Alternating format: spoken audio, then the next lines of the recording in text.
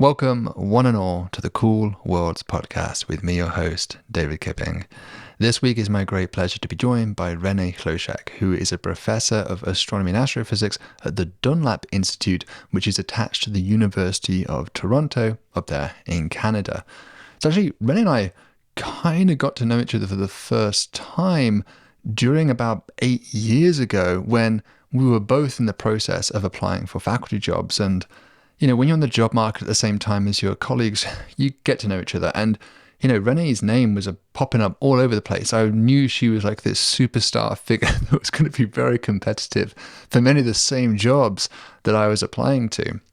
So, we kind of all are, keeping arm's distance to each other, but also have a lot of respect for one another.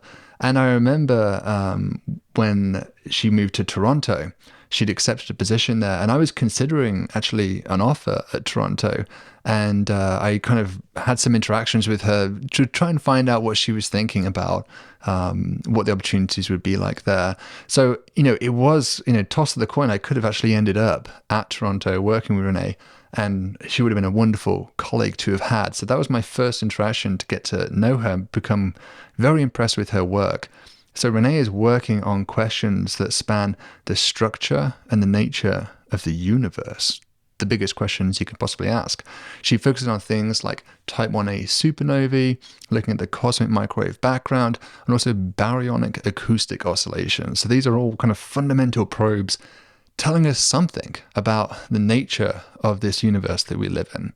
She's also an excellent science communicator. She's a senior TED Fellow. She has a wonderful TED Talk that I'll link to in the description notes. And she's also a Sloan Research Fellow. So her research and her outreach have been celebrated, which is rare, right? It's really hard to do both those things extremely well. So in today's conversation, we get into just a small part of her work really in the time we have. So maybe we'll have her back in the future. But in this conversation, we get into understanding not just what do we know about dark energy, dark matter? Could there potentially be axions out there? Those kind of interesting, big, meaty questions, but also the how. How do we learn about the nature of the universe? So please do enjoy this conversation.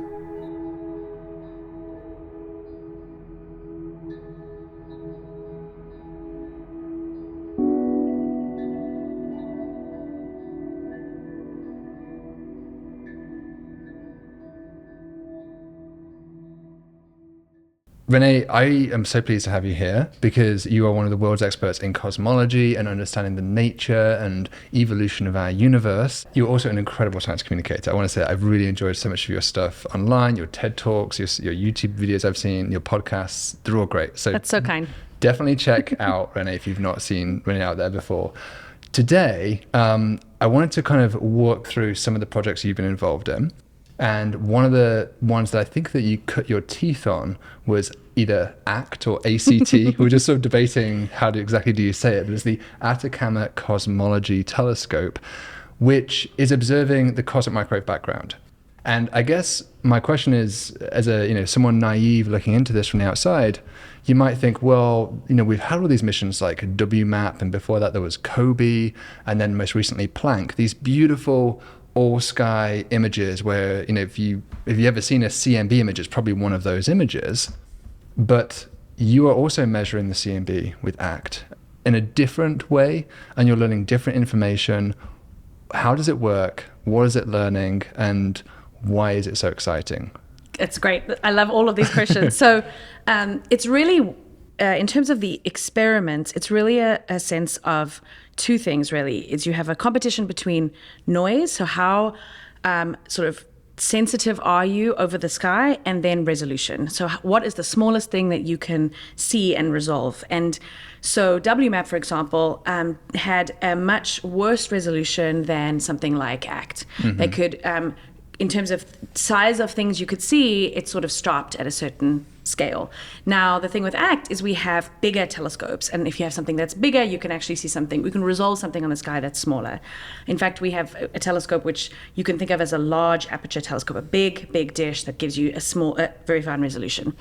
The other thing that we do from the ground is we can actually continually update our detectors. So I should actually say, very sadly, ACT is now referred to in the past tense because we actually took it down, and like last year, which is really, really sad. Yeah. to make room for the new telescopes, which I'm sure we'll talk about. But because we could go to the site every season, we could also then, as we made our sensitivity of our detectors better, so basically the instruments that are measuring that signal and measuring these tiny fluctuations in the light temperature and its polarization, every time you really made those better, you could upgrade the telescope, which you can't do from space. So you send something into space, and then you're sort of stuck with whatever you put there. And so that allowed us to add detectors, add frequencies. One of the things about the light that we see from the sky in microwaves is if you actually measure it in a bunch of different filters, kind of like if you had, rose-colored glasses on, so you have different filters, you can see emission from different things, and you can actually sort of tell the difference between one kind of galaxy and another kind of cluster if you have this multi-frequency information. And so with ACT, we could progressively add more frequencies and add more filters and build up that picture of the sky that other folks didn't do from space. So you got this greater resolution, which is thanks to the larger aperture ultimately. And what kind of structures can you resolve then that were not possible to resolve previously? So one of the things that we see is we can actually measure a lot of the light from clusters of galaxies. So there are clusters of galaxies out there, and they are filled with this hot electron gas, basically hot gas. And that gas has a very characteristic signature on this microwave light. At a certain frequency, it makes the galaxy look like a little bit of a cold spot, and then another frequency, it makes it look like a little bit of a hot spot. And so at the same part of the sky, you see in different frequencies very different things, and that means, I've actually found one of these clusters. And the resolution of ACT for cluster scale objects was really incredible, and so we could pick up thousands and thousands more clusters than other telescopes. So is this through the Sunyaev-Zel'dovich Exactly. effect? Yeah, it's called the Sunyaev-Zel'dovich, named after two Russian scientists, Sunyaev and Zel'dovich. Okay.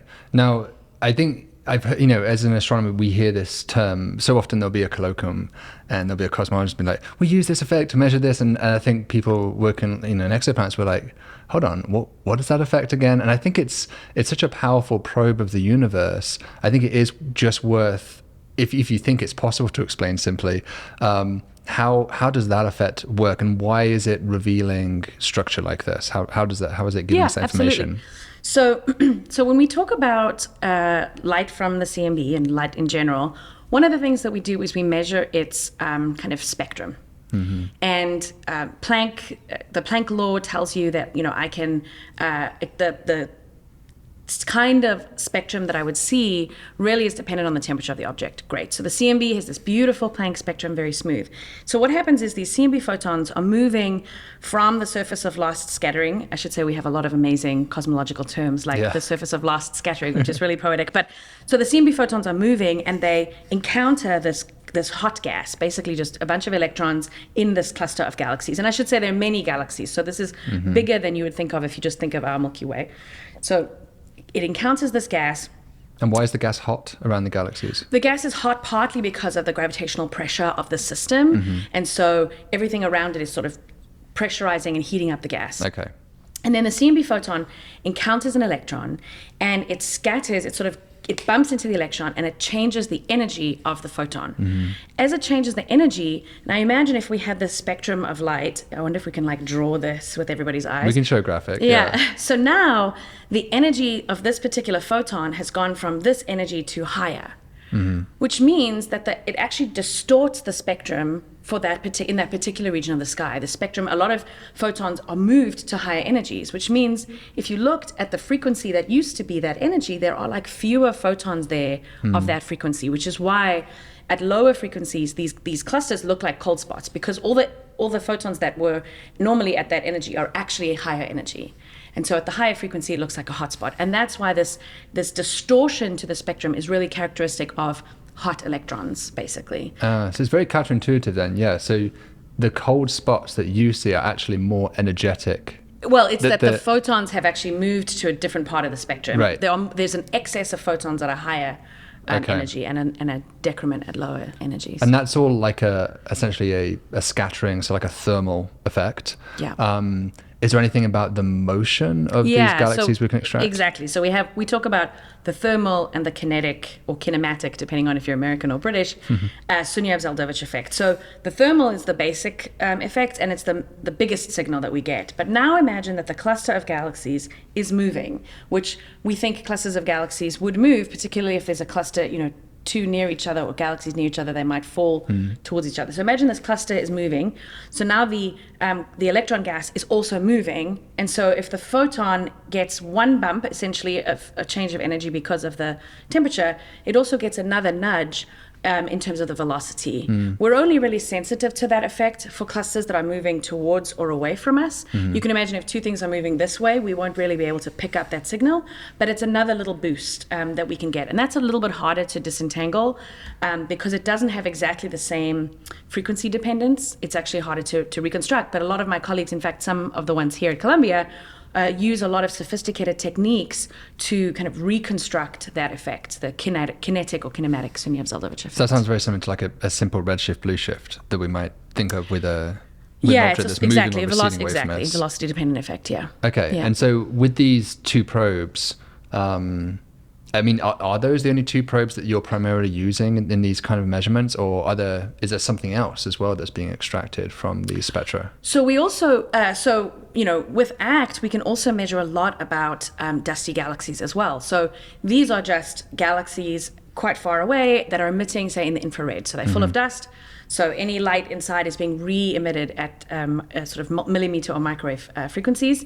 And so we actually can pick up a bunch of these. And what's really cool is that these galaxies are telling you they're sort of sitting in the dark matter potential, but we can now probe that pretty high out. Now there some of them we can resolve, some of them are just diffuse leftover emission that we can see, but we can do a lot of work trying to understand both the populations of these galaxies and also what they tell us about the dark matter that they're sitting in, because then we can kind of reconstruct what is happening to the photons because of the dark matter they're sitting in. So there's a lot of cool science that you can't get to unless you have that resolution. Otherwise, you would sort of just wash out all of that light over a much larger area on the sky. So we have maps of the dark matter, essentially, from these measurements. Yes. That's so very one cool. of the cool things that some of my colleagues in ACT have done is you can measure. So another cooler thing that happens to the CMB light is as it's passing through a dark matter clump, basically the light gets a little bit bent, kind of like if you have to walk in a crowd, you have to sort of dodge people. Okay, so it's getting a tiny bit bent.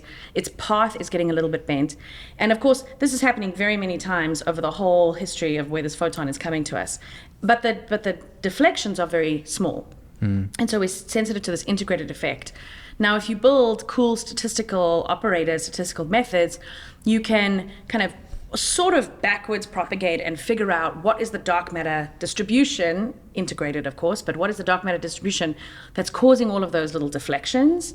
And then amazing thing, so we call that a reconstruction. So we're like reconstructing what we think the dark matter looked like that would have made those moving, those deflections. And if you take a map of the emission we get from at a frequency we think is mainly from those dusty sources, and you just spatially compare it to the dark matter distribution, they match up incredibly. There's a beautiful image I can show you from one of our papers.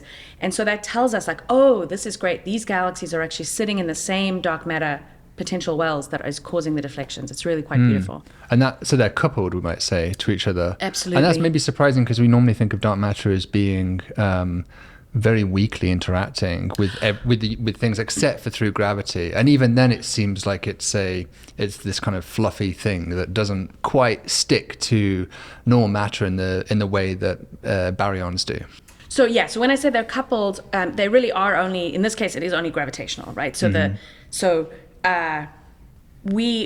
because dark matter isn't shining, right, it is weakly interacting with light, we sort of need to do the sleuthing because the gravitational effect is the biggest that it has on anything else. And so when I say they're correlated, I really mean they're spatially correlated so that we can say, well, if I see dark matter, if I see this galaxy there and I can infer this lensing signal, this dark matter map, I'm connecting them. But we don't think that the infrared galaxies are really doing anything else than sitting in the same place as the dark matter, because dark matter is gravitationally attracted to these things around it. Okay. What do we know about the structure? So if we've learned, we're getting the CZ effect. Can I shorten it to that?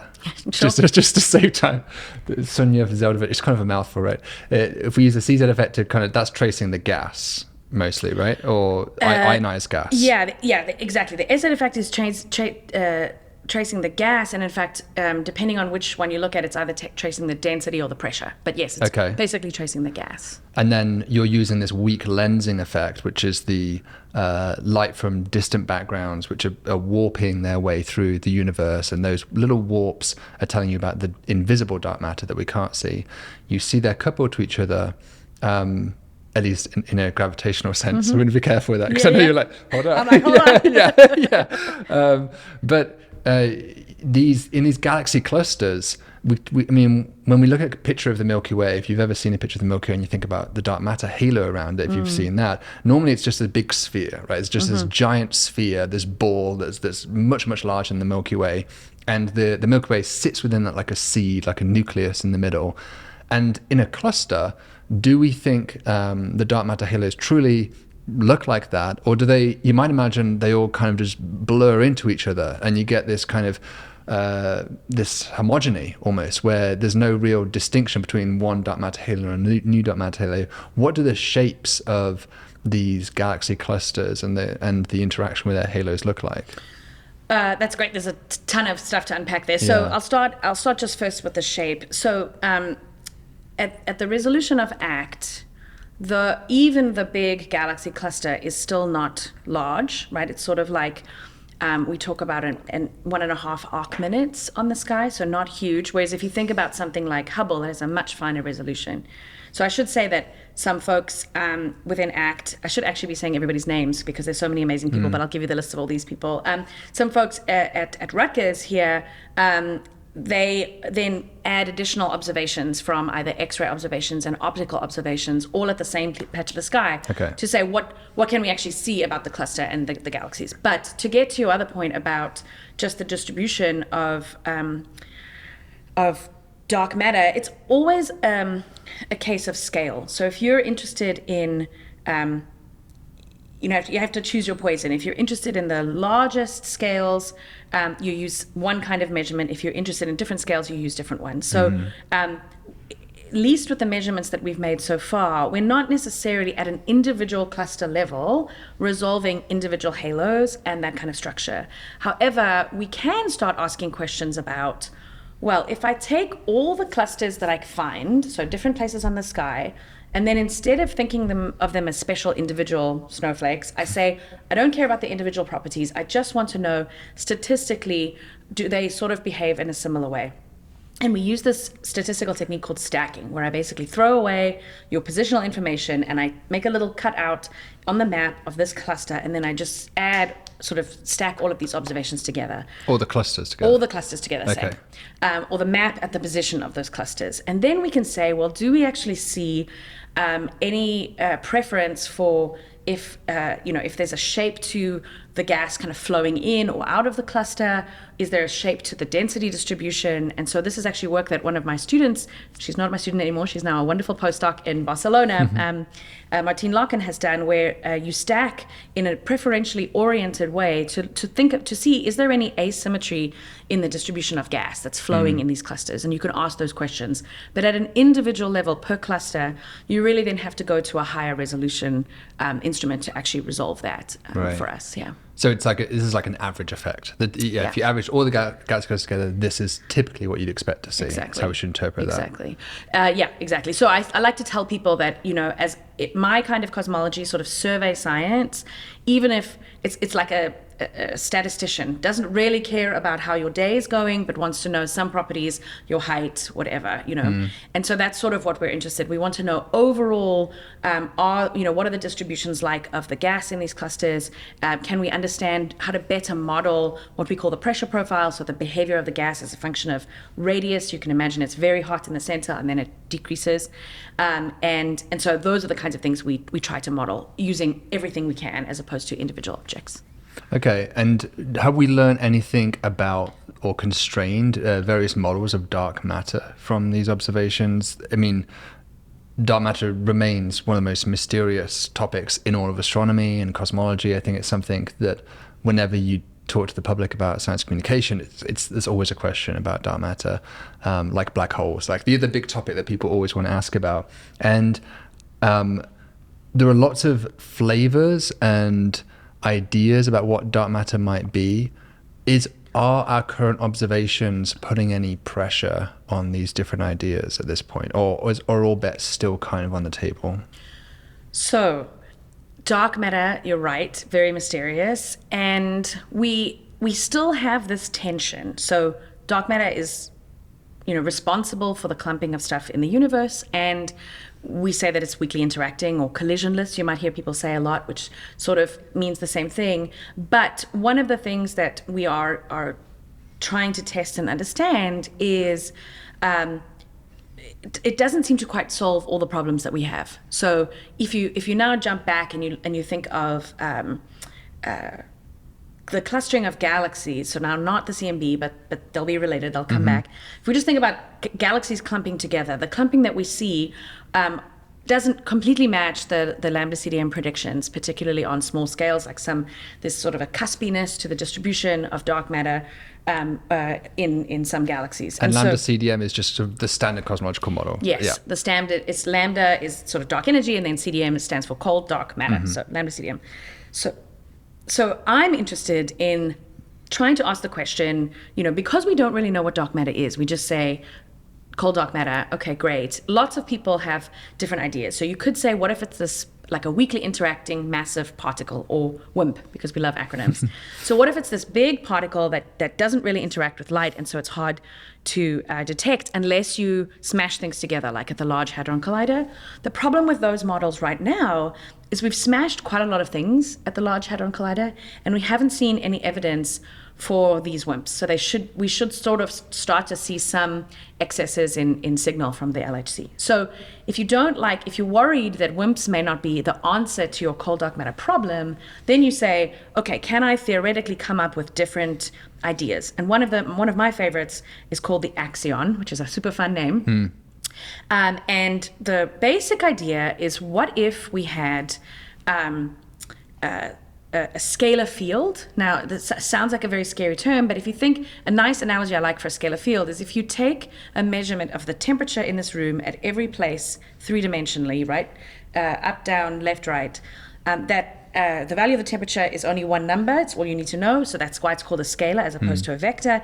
And it's a field because it has a value spatially everywhere here. And so we can think of the axion as a similar type of field, but instead of temperature, it's this mass of this axion. Okay.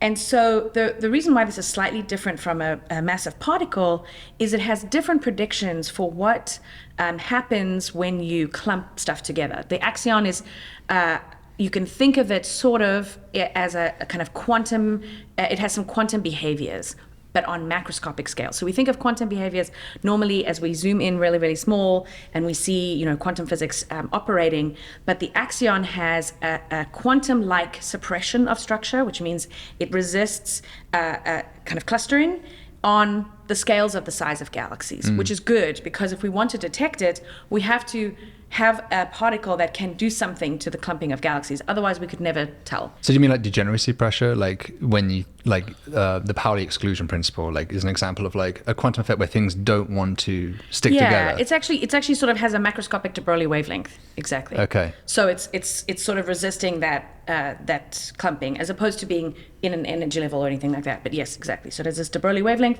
And so what we want to do is we take measurements of galaxies clustering and see, do we find on small scales, at the scales of galaxies and similar, that there is less clumping than we expect. And that's one of the things we're working on quite a lot. It would also change, because if it's changing the amount of clumping, it'll also change the amount of that CMB lensing that gets, that happens to the CMB photons. Because if the dark matter is less clumpy, it's going to be less massive and make less of a deflection of the photons. Yeah. And so one of the things that I do with some of my students is we build a model for what we think axions will do, which means writing down a bunch of equations and predicting the clumping signal, the clustering signals, and then we compare to the observations that we have over and over, over again. And each time we get different observations, we make that comparison. And unfortunately, for some kinds of mass ranges of axions, we can actually rule out. We can say no more than 1% of the universe can be made of these axions, which is good because I like to think I'm not trying to figure out what the universe is. I'm trying to figure out what the universe isn't. And so I really want to rule out different models. Right. And so at some masses, there would be way not enough clumping than what we see. And Is so that the low mass or the high mass side? It's the sort of intermediate mass. So Okay. This is the cool thing about axions. So depending on the mass of the axion, so because it's a scalar field, the dynamics of the scalar field, or the way the scalar field changes as a function of its energy density changes as a function of time, is dependent on the mass. And we have no idea what the mass could be. So there's a sort of rough range, which is from 10 to the minus 33 electron volts, which is I'll explain that in a second, to about 10 to the minus 22 electron volt.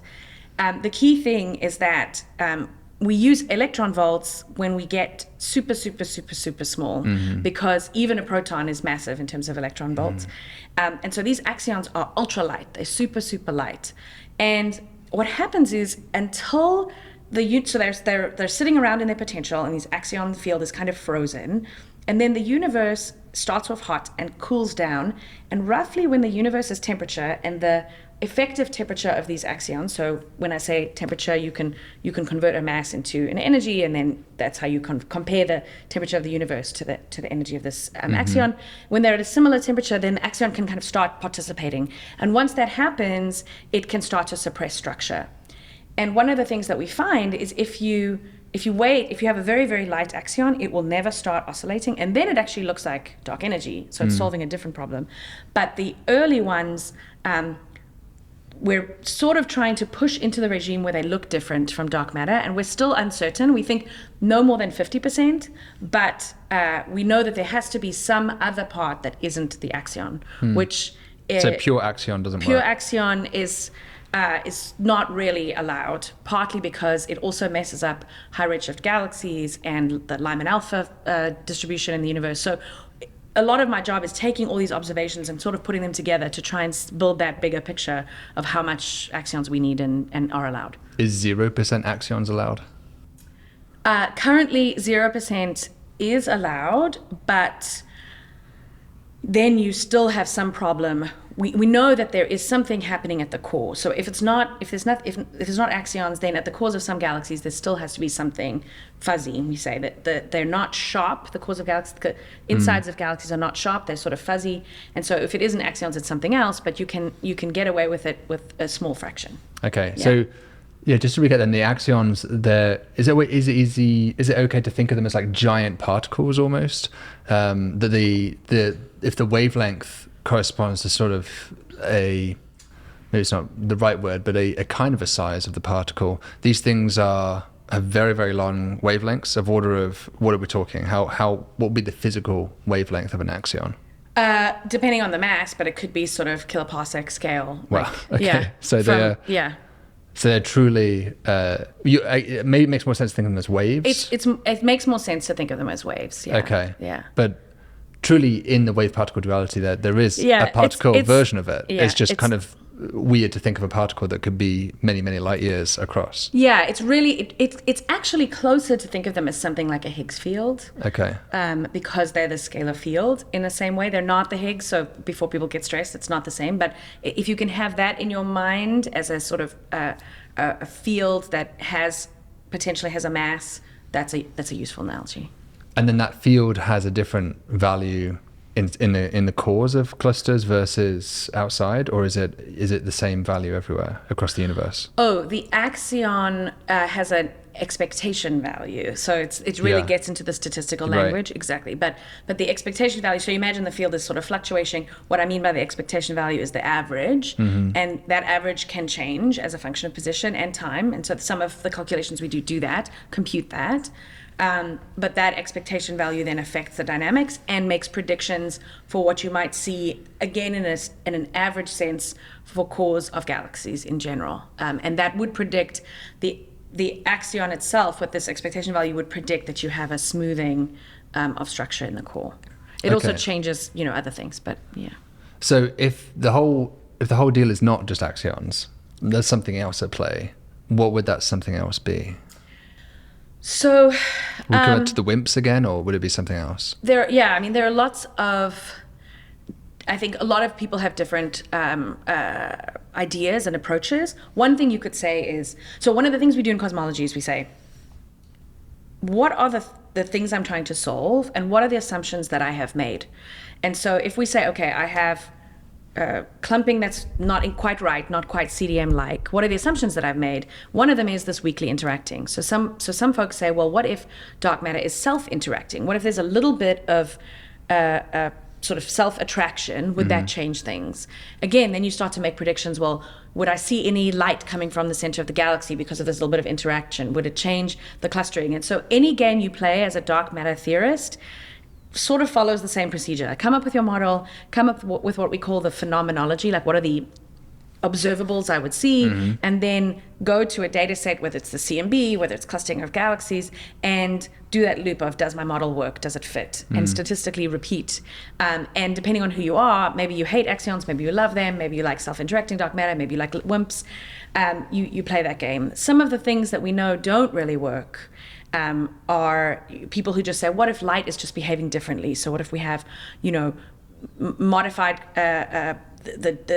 the mass to light connection is wrong. Those models don't really work because we have lots of pieces of evidence now from galaxy cores, from the CMB, the cosmic microwave background, from the clustering of galaxies, and they all are sort of pointing in the same direction, that we need some dark matter, but there are some parts of dark matter that we don't understand. And I guess MOND would probably fall into that same category.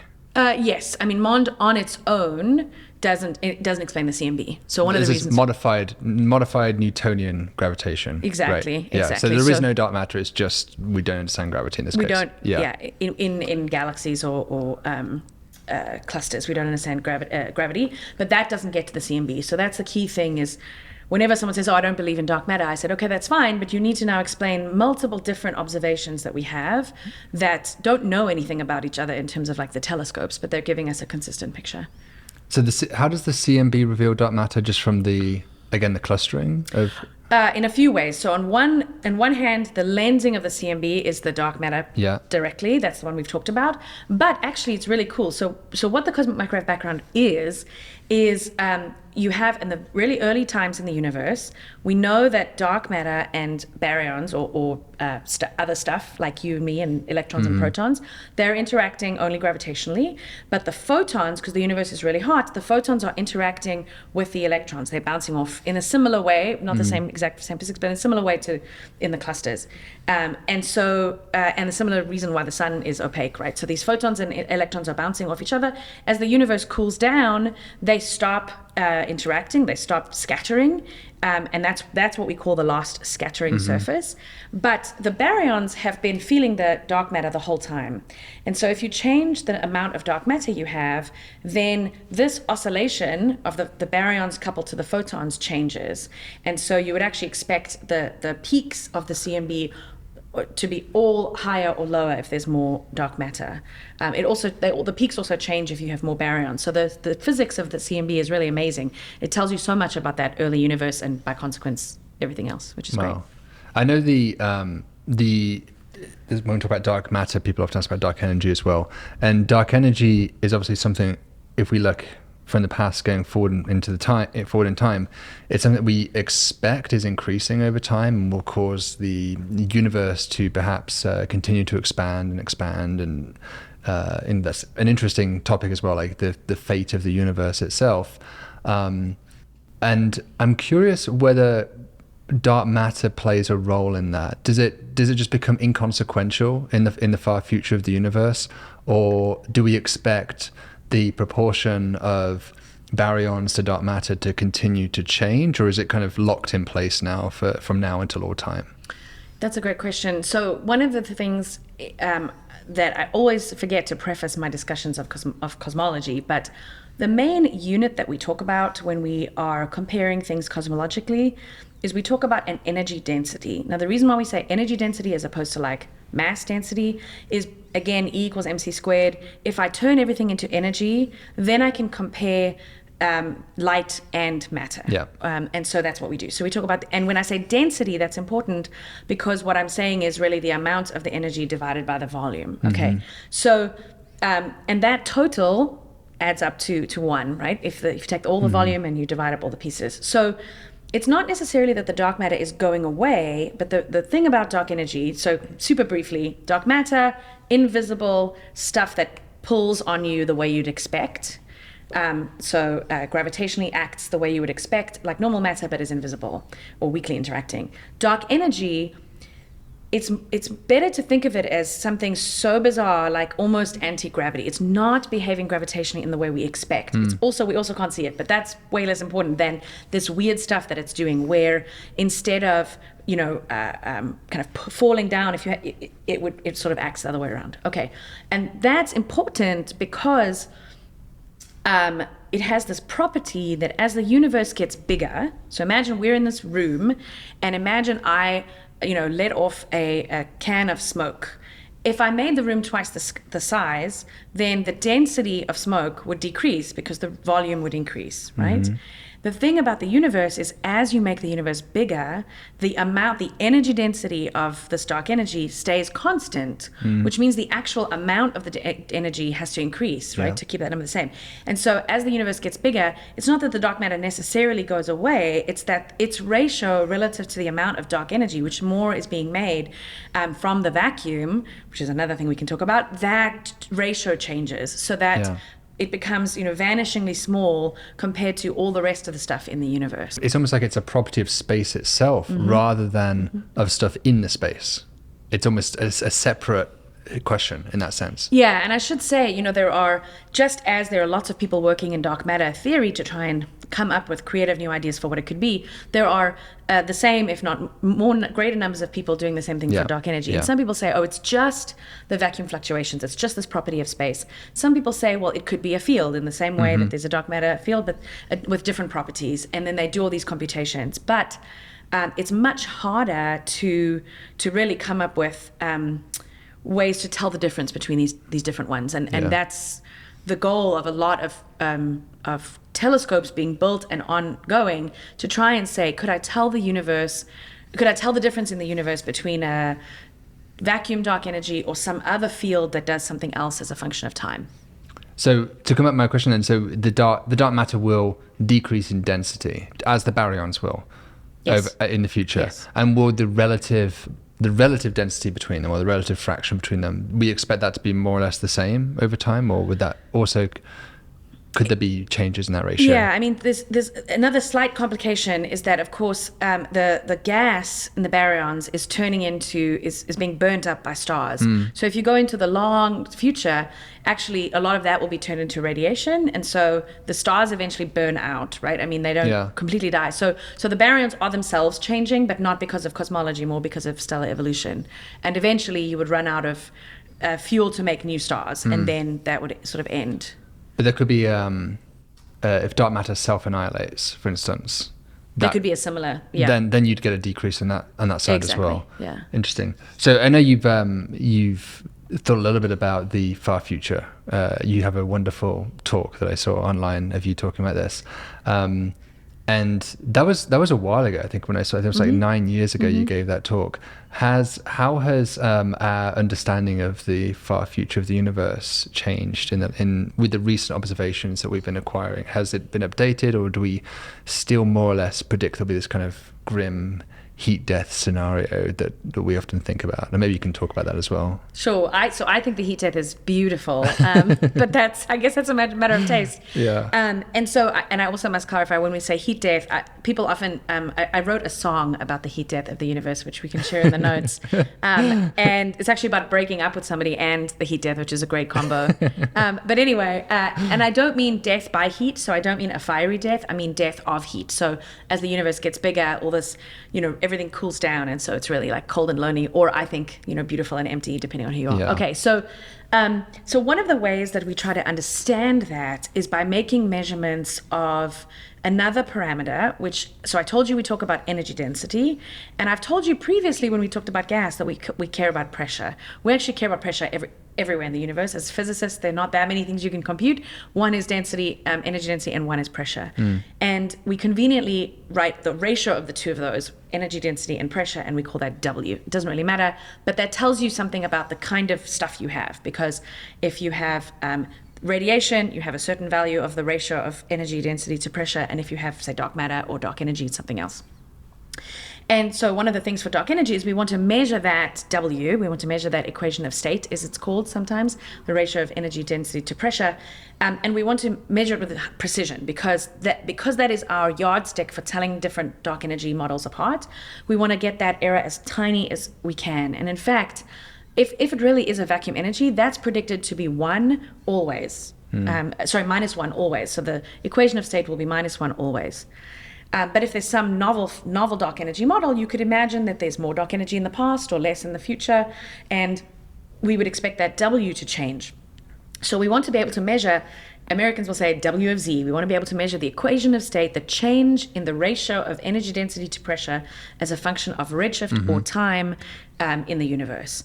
And in order to do that, we can take all of the different probes we have that are sensitive to dark energy. So the clustering of galaxies is sensitive to dark energy. The CMB is a little bit sensitive to dark energy. You can also say distances in the universe will change if you make the universe, if you sort of change its shape and size. And so we can add all of those together to get limits on that. We are within the error bars. We are consistent with -1. So currently within the error bars, a universe that is just vacuum dark energy is completely allowed at all times, at all redshifts. Yeah. So exactly. So if we constrain one model of the variation, just says I have one value today, and then some coefficient that describes the redshift evolution. Those two coefficients are consistent with no redshift evolution right now, but we're building telescopes to get those error bars teeny tiny. And in fact, I'm going to show up a plot in a talk tomorrow where the upcoming telescopes that we're building, including the Vera Rubin telescope, which is being built in Chile, will just blow everything out of the water in terms of observation measurements that we've had before. Wow. And will be able to tell us if there's any hint for a dark energy model that's not a cosmological constant, we'll be able to see that in the next decade, which is pretty exciting. Now, it could be that the universe still is just going to tell us it's a vacuum energy, but I think that would be very important to know. But there's also a ton of physics you can do, even if it is a cosmological constant, with all these observations. But my hope is that we'll see some hint. Now, some people get the impression like, oh, cosmologists, basically everything's figured out. There's nothing really new to do. There's vacuum energy. You don't know what it is, but whatever. It's dark matter is clumping. You don't know what it is, but that's fine. Just accept the model. But there is some very interesting stuff that's happening.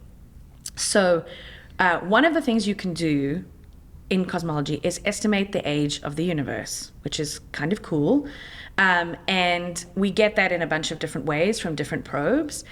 And if we think about like 1 over the age, we call that the Hubble constant.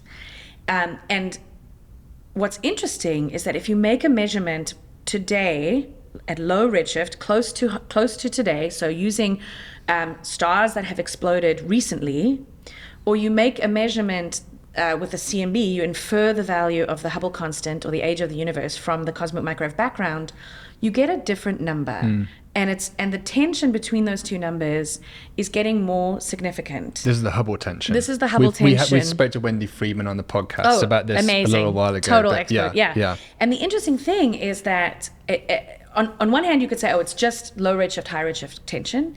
But one of the things we try to do with ACT is instead of everyone doing high redshift Planck, the Planck satellite, low redshift, arrange, Wendy's group is doing some of that analysis. Now we want to say, well, with ACT, can we do our CMB analysis without using any Planck data? Because then we can start to test, is there a tension between the CMB people? Just like at low redshift, different groups are presenting different things. But the interesting thing is that if you have a model of dark energy that's weird, you could try to have a universe that looks like it has a different age today or in the past. So this is what a theorist's dream, right? Because can I make a universe that is doing something strange in terms of basically the size of the universe or the age of the universe, that it's inflating or bigger or smaller relative to lambda CDM as a function of time? It's quite hard, and a lot of people have tried that to make that work. One group at Johns Hopkins University are using axions, but very complicated axions with different kinds of dynamics to see if you can do this. But this is sort of where the interplay between theory and observation is so good. And measurements from the Rubin Observatory will help us a little bit disentangle some of that, because it'll give us more of these probes.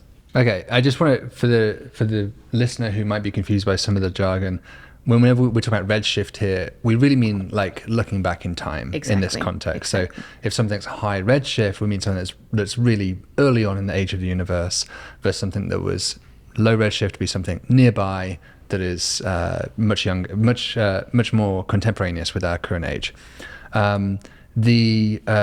You mentioned something interesting there, that you said that you're trying, maybe I misheard you, but you're trying to get the measurements from ACT would be somehow independent of that of Planck, which surprised me, because they're observing both the CMB. So if they're both observing the same thing in different ways, how is it that you get a fully independent measure of this Hubble value? Yeah, so what I mean by independent is that, so it's the experiments from ACT were on the ground. Now, when you're in the ground as opposed to being in space, one subtlety is that you can't measure the whole sky. You can only measure all the sky I can see from Chile, right? Which is some large fraction, but not 100%.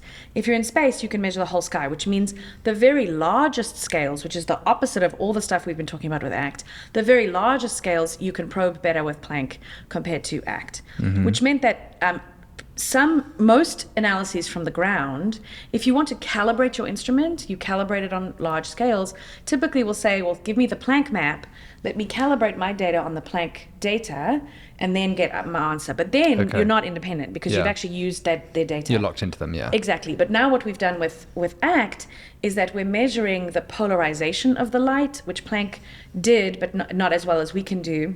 And what I mean by polarization is that we expect light, say from the sun, is weakly polarized. So if I put on sunglasses, I can block out some of those light. Light from the CMB, we also expect to be very weakly polarized. So if I have two detectors that are sensitive to the different polarizations, I can measure that polarization signal.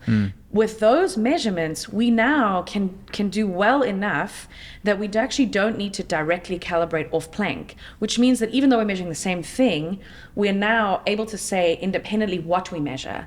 And that means we can check for if Planck and ACT agree with each other in terms of the value of H0, or are we closer to a low red, a nearby probe or not. Okay. Up until now, we, interestingly enough, have not seen a tension, which then gives you a little bit more hint. If two different experiments measuring H0 or inferring H0 from high redshift don't disagree with one another, then you can't just say, well, Planck, some people said, oh, Planck just made a mistake, right?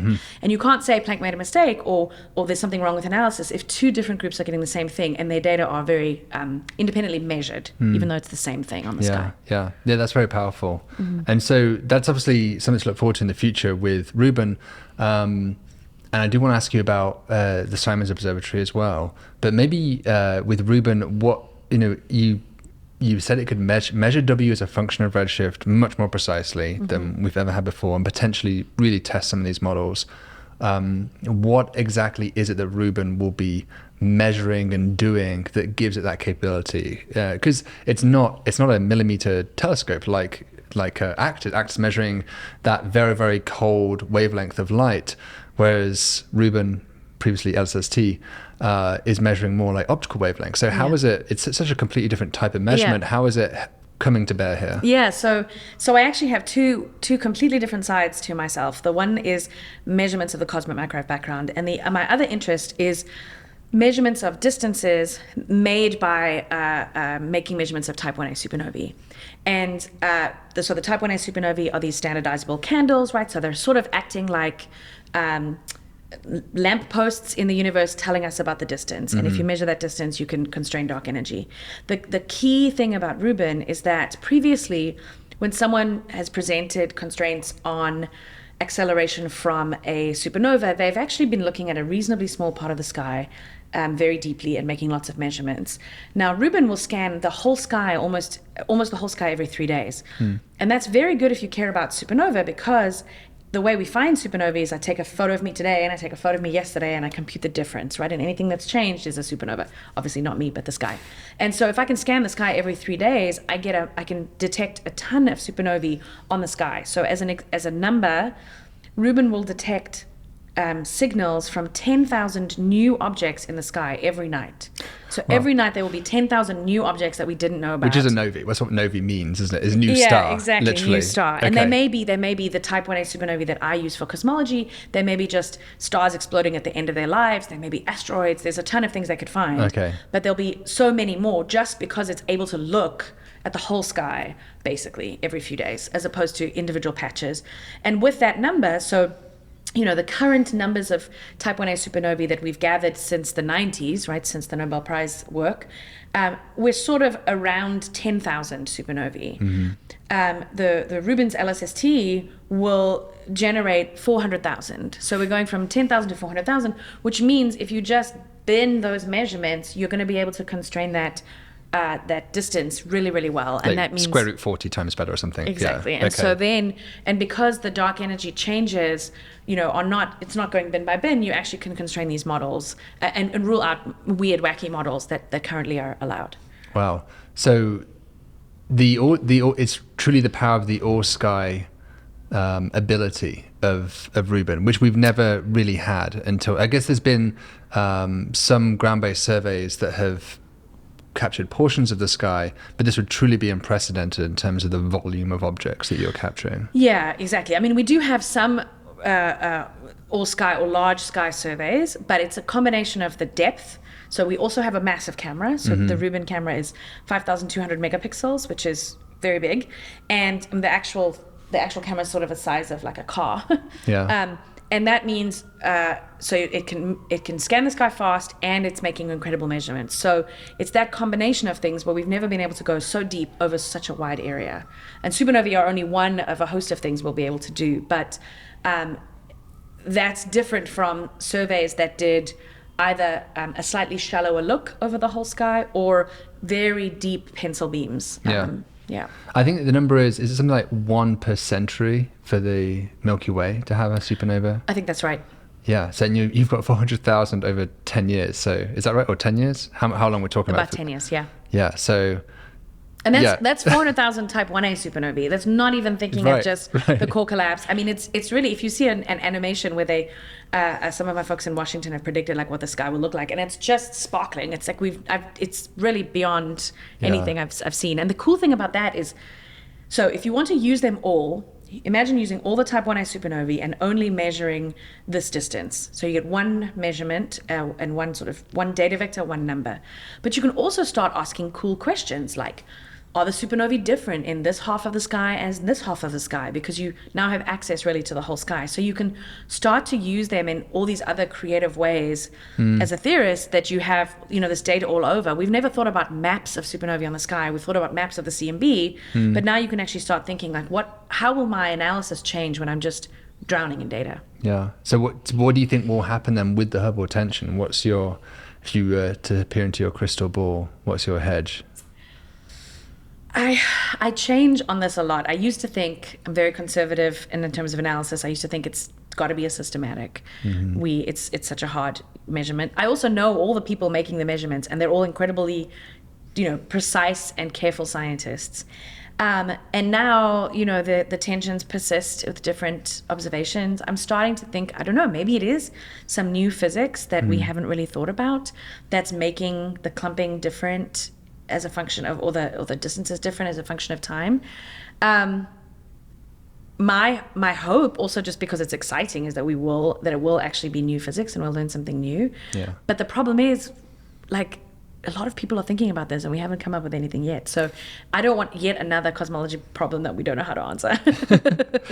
Well, it could be fun either way. I think the data set that's coming online the next 10 years is going to blow us all away, and I'm sure you can't wait to get your fingers into that data set and start playing around. Yeah, we've hit kind of the top of the hour, so I don't want to take up any more of your time, because I know you have to get down to the CCA this afternoon. But maybe you could let us know, if people want to learn more about your science, where can they find you? Sure. They can find me on reneehložek.com, my website. Also, I'm on Threads, so at Renée Hložek, where there's a lot of cool scientists posting a bunch of cool things. And then if you are interested, and you want to see a little animated cartoon version of me, if you Google the death of the universe and my name, it's very sad, but then you can find that TED Ed video, which is really fun. Yeah, I recommend that. Please do check it out. Well, thank you so much, Renée. This has been wonderful. Thank you so much. Yeah, that was great.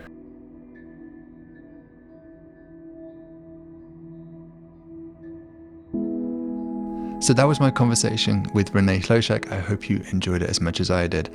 Speaking with Renée, and often when I speak to cosmologists, I'm reminded of a conversation that I had as an undergraduate student many years ago with my professors when I was studying at Cambridge University. And I remember at the time thinking, what area of physics, of astronomy, should I focus on? Because I found it all so fascinating.